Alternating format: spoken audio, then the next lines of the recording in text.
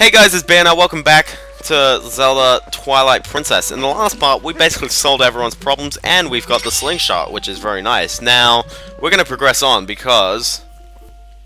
Actually, to be honest, this part does have a fair bit of action in it. It's just that we're not going to get into the classic Zelda stuff just right now. Oh, just in time, Banner. I just delivered something to your room. Oh, I see you got a fishing rod. Colin will be pleased. And it works better than you would think, right? We'll have a good one.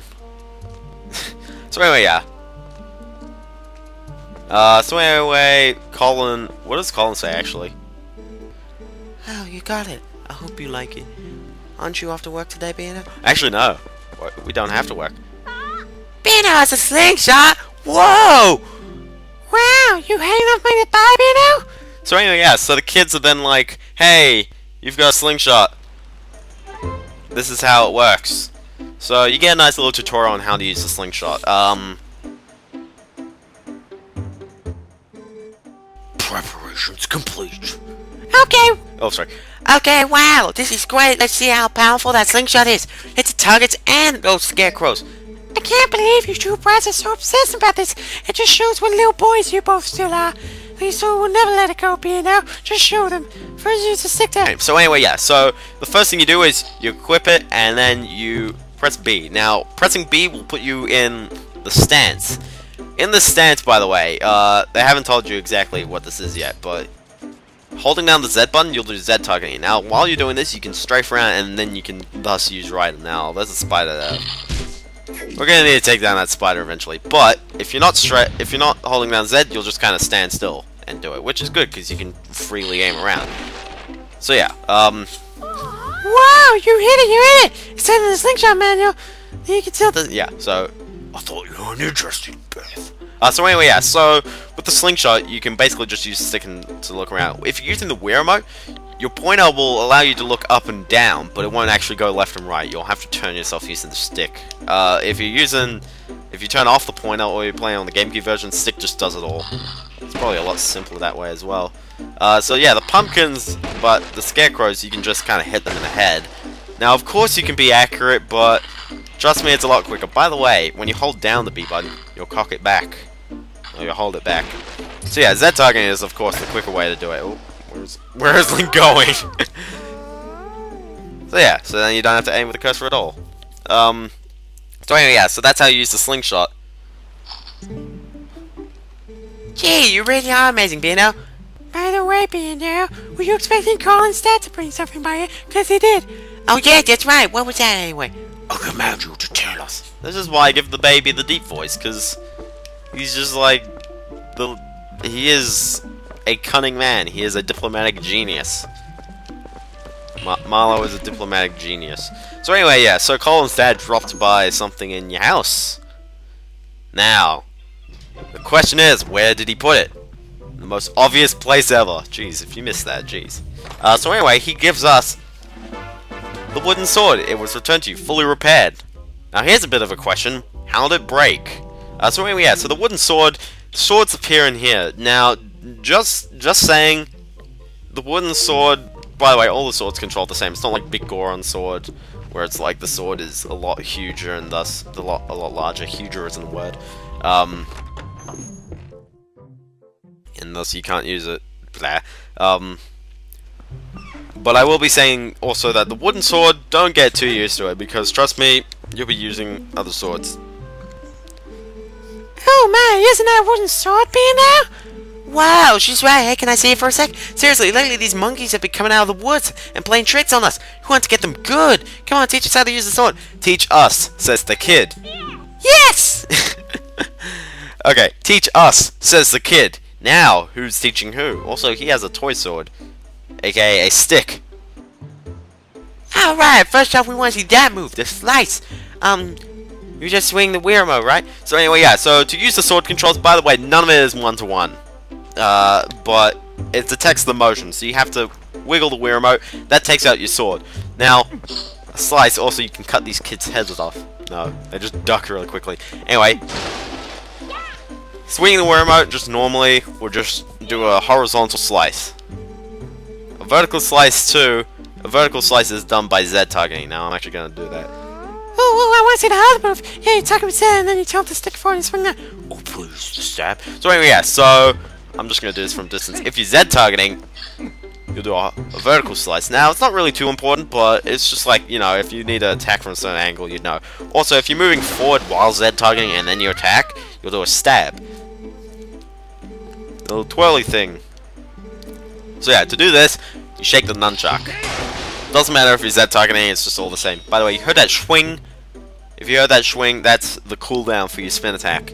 Instead of magic, this game doesn't have a magic value, by the way, but instead of that, you just, you have a bit of a cooldown. And the jump attack. While you're Z targeting, you hit A. It's probably the easiest one, and it's probably the most preferred way of taking down enemies, because you don't have to move. Just, like, tap the A button. Boom. So anyway, yeah. So, Thanks, Banjo. So, I think I get it, kinda. Maybe not. so this means that anytime one of those naughty monkeys shows up, Wow. I've been spotted! Abort! Abort! Come here, you. So anyway, yeah, so now we're actually gonna get into action here. Now we're actually gonna get into action. Colin isn't here, I don't know why. So anyway, yeah, so anyway, unfortunately we're gonna have to try and save these kids, as annoying as they are. Tyler and Mallow went chasing like crazy people after that monkey. I can't keep up with those two. Sure, yeah. So anyway, by the way, rolling is the fastest method of transport. It's like Zelda. It's just a Zelda thing. Holy snap, it's so tiny. Do it that way. The rest is up to you, Pino. Okay, sure. Bridge of... I don't even know what this bridge goes over. It's just like there's a giant chasm here. I think my TV's kind of conked out over there. Or it could just be the 576i. That's one thing with the Wii, is that if you're using component cables, the Wii mode defaults to 576i, which is the reason why you buy the component cables. So you can do 480p on the Wii instead of 480i. So why does it force you to do 576i with component cables? Now, of course, if you're using the HDMI cables on the Wii U, you get the 480p. Oh snap, we didn't bring Epona. Thankfully, you've got this grass. No matter where you are, Epona will just come up. It's brilliant. Also, by the way, I just noticed Link has one sleeve. I don't even know what kind of look that is. Barely wears green. So anyway, jump over that fence, and now we're in the Faron Woods. So yeah. So obviously you can ride this horse into this deep dark cave. Oh no, I'm not going in there. Okay. Now just as a bit of a side detour, you can go in there, but you'll be blocked by something. However, if you go over here, this guy will teach you how to do stuff. Whoa, an Ordonian. Hey guy, listen, I'm not sure you should be wandering around the woods without a lantern. Just because it's daylight doesn't mean it's safe. There are a ton of caves and dank spots around here. They get pretty dark, even in the middle of the day. Here, go on guy, take this. You got the lantern. It's a must for lighting dark areas. The lantern is a very good item in this game. And that's one thing. We get a fishing rod, a bowl, and a slingshot immediately in this game before we get the sword and shield. And then the lantern comes after that. That's one thing. There's a lot more focus on items in this game and a bit of sword combat rather than, yeah, more specifically combat. So anyway, I'm trying to drum up sales by giving away free lanterns. It's a business tactic, guy. See, as long as you got oil to fuel your lantern, you can light your way and set fire to stuff. They're the best. Go on, guy. Try setting a fire under that big pot. So anyway, yeah. So the lantern, just like before, we just grip it like that, and I'm gonna then move it over there. So we'll use the lantern and we'll set the thing on fire. Now the lantern, you see it has its fuel bar just there. The lantern has a certain amount of fuel and you don't want to waste it. If it's bright, you just hit A while standing still to put it away. Now you can't actually go anywhere in this direction. By the way, you can actually scoop his soup up, which is quite nice. Only problem, the soup will actually hurt you. It'll deal a lot of damage, which is actually kind of bad. But anyway, yeah, so you can use the lantern to swing, to kind of like set fire to things. Also, one thing I like is that if you use your sword while holding the lantern will actually go onto your back pocket, which is very nice, because if you get into a dark area and you need to use your sword, hey, wait a minute, Yeah, so, yeah, it's a very nice feature. Also, by the way, notice how many seeds they give you. 50. We can only hold 50 on our slingshots, so literally they're just kind of giving it to you. You found a play wooden sword. It's Talos. Oh gosh, I'm coming for you. The Faron Woods is kind of a largish area, but actually it's not that large of an area when you compare to the rest of the game. Trust me. The game is very big. Actually, we can press 1 and see the whole map. Okay, so this is the Faron Woods. That is a bit of Hyrule Field, I may as well just tell you. And this kind of bit over here, that's just all we have to do now. So yeah, so the game is built in kind of provinces. This is the Ordon province. The Ordon village, not that big. Trust me, there's nothing else to do there. However, the rest of the game world is quite largish. And trust me, there's quite a lot to do. So much to do that I'm actually going to talk about this a bit later. And by a bit later, I mean in a couple of minutes. I just want to wait until we get something. So anyway, so yeah, that's very nice that you can put the thing on the side there. Also, one thing I think is kind of interesting is that I thought Half-Life 2 was actually a pretty cool game because it had like HDR and stuff and all these really cool lighting effects that were pretty much next gen systems just kind of did it. Also, you don't need the lantern after that one spider web, but it helps. Also, if you go over here, you can open this chest and get a yellow rupee. Not that much. Also, by the way, in this game, you can hold 300 rupees when compared to Ocarina of Time's 99, or at least immediately. Oh yeah, there's another spider web. That being said, though, of course you can upgrade your wallet, just like every other Zelda game. But anyway, yeah. And then people criticize the Wii because it's like, oh, it's just a GameCube again. But really, the only thing that hinders the Wii from looking as nice is its display resolution and the fact that it doesn't have HDMI. A lot of people criticize the Wii because its graphics don't look good, but if you look at Mario Galaxy and stuff, also, by the way, I'm gonna put this lantern away, I'm not gonna need it anymore, am I? By the way, you see those red dots? You're gonna need to go over to the left one first, trust me. Trust me, it's actually kind of interesting because it kind of focuses your attention on, hey, I'm gonna want to go over here. I'll go here and then I'll knock off the other one. And it kind of leads your attention to here, which is quite nice. But anyway, yeah, so it's just the 480p that kind of kills, or that kind of makes the Wii not look as good. And now, of course, of course, it's not rendering as high level of detail in the models as well, but the resolution kind of fixes that problem.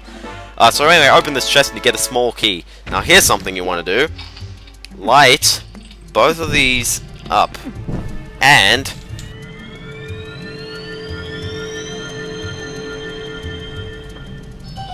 a chest appears, which is quite nice.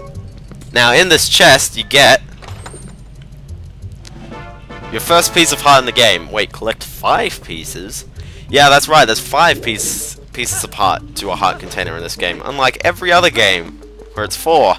The reason why they do that is because the game is a lot larger, and just so you don't have more hearts or not enough pieces of hearts, they decided to just lower the value. And I think that's probably the best way they can do it. Because if you make it world too large, you don't want to increase the health count. It's like Metroid. It's like, that is the thing with Metroid, is that the energy tanks, you can't really put too many of them. So that's why they kind of invent more items and stuff. That's why Metroid Prime 2 had a much larger world. So they were like, hey, ammo will have more. I mean, like, there's more ammo, so you're gonna need find power-ups for that. So boom, there's like another 10 power-ups in the world, without having to increase any of the other values. It's a bit of a game design thing, but okay. So anyway, so now we've got the key, we've got 1 piece of heart, there's 45 in the game, which means you can get 9 extra hearts from these. Pretty much all of them are completely optional, but anyway, so yeah. By the way, occasionally you will knock down these enemies without actually killing them. Immediately, we don't have a way of actually solving that. Like, trying to, because you can't hit them while they're lying on the ground. However, don't worry, we will be able to fix that eventually. So yeah, so if we keep progressing, we should be in the last area. Okay. So yeah, so now we're taking on a couple guys at once. I think I can't remember how to knock down an enemy without actually killing him. I don't know, I think it's just because these guys don't take enough hits. And trust me, it will be a lot more developed a bit later, but anyway. Oh my gosh, enemies! Also, there's a nice little shop here, which is very nice. Trust me, this shop is quite handy. Like this specific shop here. So anyway, the bird's like, Woohoo, you're super. Now just buy something, hey? so anyway, drill shop, make a payment at the box. So anyway, so this bird says, Welcome here, buy something. now you can check these. The red potion costs 30 rupees, and this is land oil refill. It's the same price as the guy back at the other side, so don't think that this is cheaper. Although you can get away with it for free, but this bird will try and hunt you down if you don't actually pay up. So you want to put the money in the box afterward. I'm not going to do that right now because you don't really need anything. If you want to go for a red potion, yeah, sure. I'm going to actually keep the lava there. Also, there's a nice little chest here, which contains handy dandy yellow rupee. So anyway, yeah, so we're almost there. Also, I think this is a really cool treehouse. It's a lot better than my treehouse back in the Autumn Village. Also, they have slaves. Slaves built the pyramids.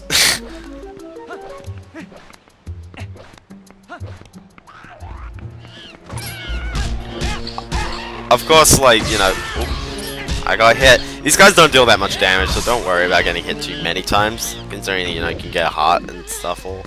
Also, they drop quite a good amount of money. Like, I don't know why, but this playthrough, I've got so much money now. Anyway, do a spin attack, or just kind of cut the bars, and you'll save the two. Which is very good. And anyway, after a long day's night, we've been working like a dog. Oh wait, spoilers! If you hadn't come, Bando, gee, me and that monkey would have gotten eaten, probably. She's actually a pretty nice gal, that monkey. She tried to protect me, so we got captured together. Bando, you're not gonna mention this to my dad, are you? He's always telling me to never ever go into the forest, because he says it's dangerous. So you really can't tell him, really. You have to promise. And then he runs away. Bando. Oh, nothing.